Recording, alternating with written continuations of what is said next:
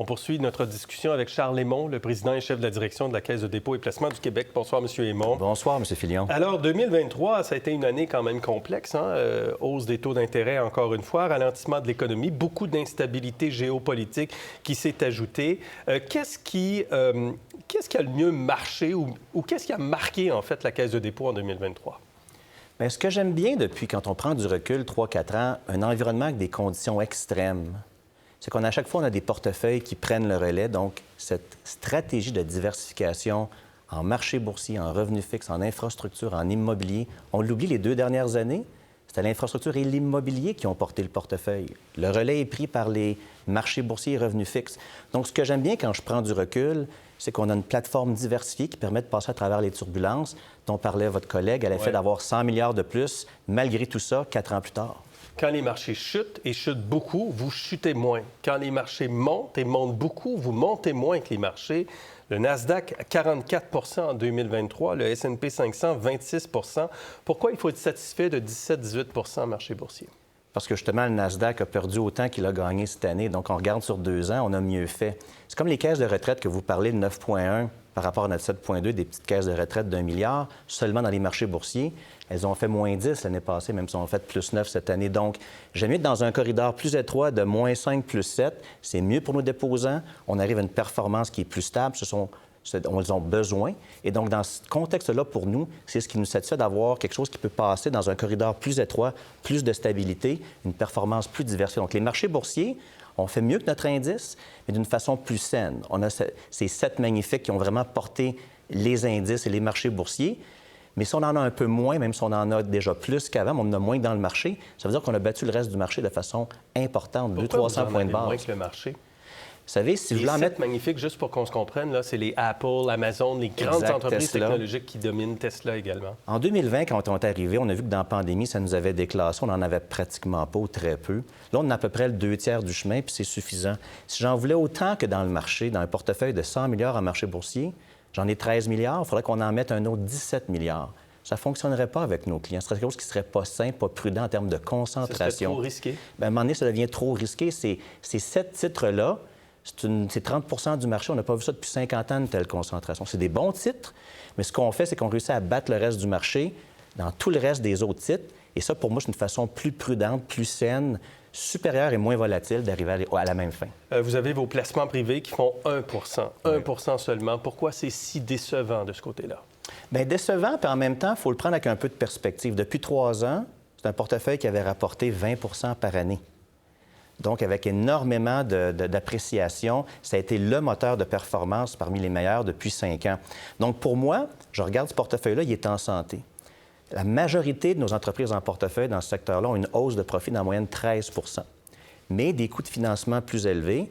Ton profit monte, mais ta charge d'intérêt monte, tu arrives que tu es à peu près neutre.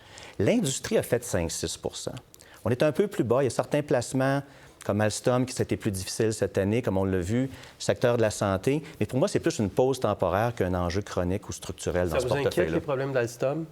C'est un dossier important pour nous, c'est un investissement important, mais comme je l'ai dit, là, on est concentré à faire un plan qui est annoncé stratégique, changement du président du Conseil, M. Petit-Colin, qui était chez Safran, qui a toute une feuille de route, séparation du rôle du PDG, président du CA pour M.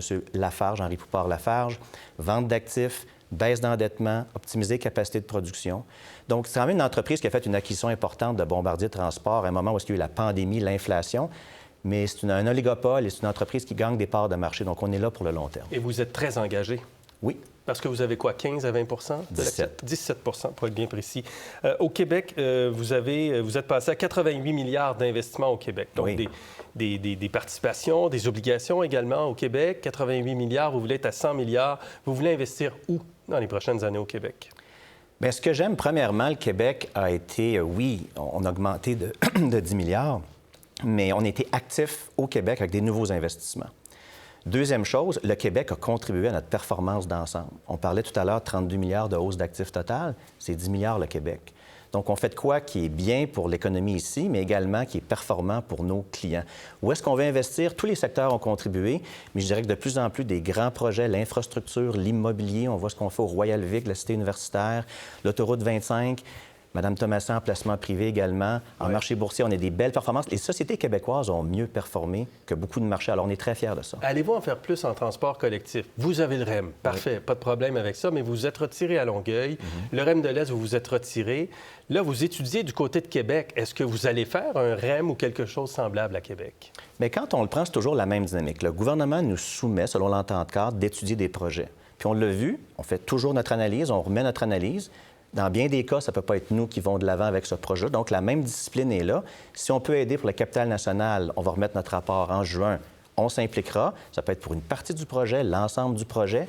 Et puis, vous parlez du REM de l'Est. Allez-vous arriver avec un projet ou ça se peut que vous disiez, ben non, il n'y a pas de projet à faire là? Non, écoutez, je serais surpris qu'on arrive avec pas de projet. Là. Il va y avoir un projet précis qu'on va soumettre. Puis c'est bien parce que ça nous permet d'offrir une solution intégrée pour l'ensemble de la communauté métropolitaine de Québec. Donc, dans ce sens-là, ce qu'on regarde, c'est que oui, il y a un projet du REM qui nous occupe. Il y a le TGV, TGF qui est très important également pour le Québec.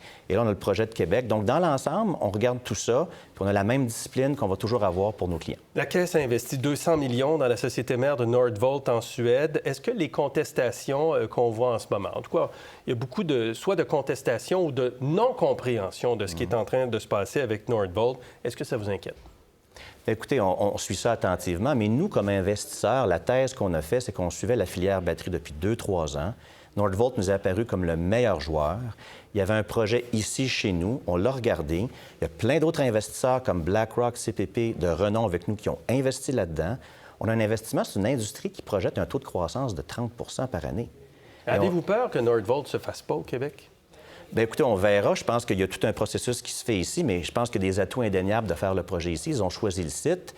Et puis, je pense que c'est une organisation, nous, qu'on regarde, qui a un très bon dossier environnemental, ISO 14001. Donc, de ce côté-là, c'est une entreprise transparente. Nous, on croit que la suite va quand même s'écrire d'une façon positive. Mais compte tenu des sorties de M. Fitzgibbon, puis M. Champagne, qu'on va entendre également dans quelques instants, on sent une inquiétude quant à la volonté de l'entreprise face à la contestation qui peut se dire à un moment donné, bien là, c'est trop compliqué au Québec.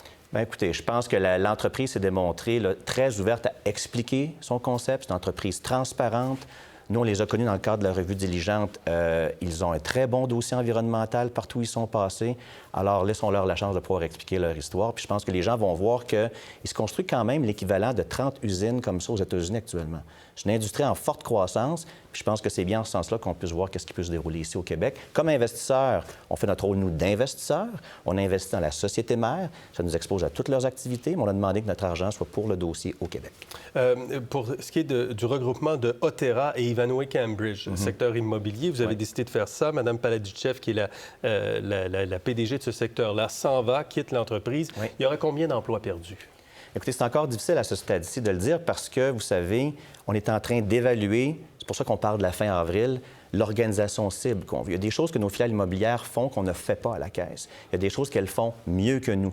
Et c'est un exercice aussi à la Caisse qu'on regarde. Donc, les synergies dont on parle de 100 millions, c'est à terme sur 2 ans. Il y a une partie qui se fait plus rapidement, il y a une partie, c'est les systèmes, c'est plus loin, c'est compliqué.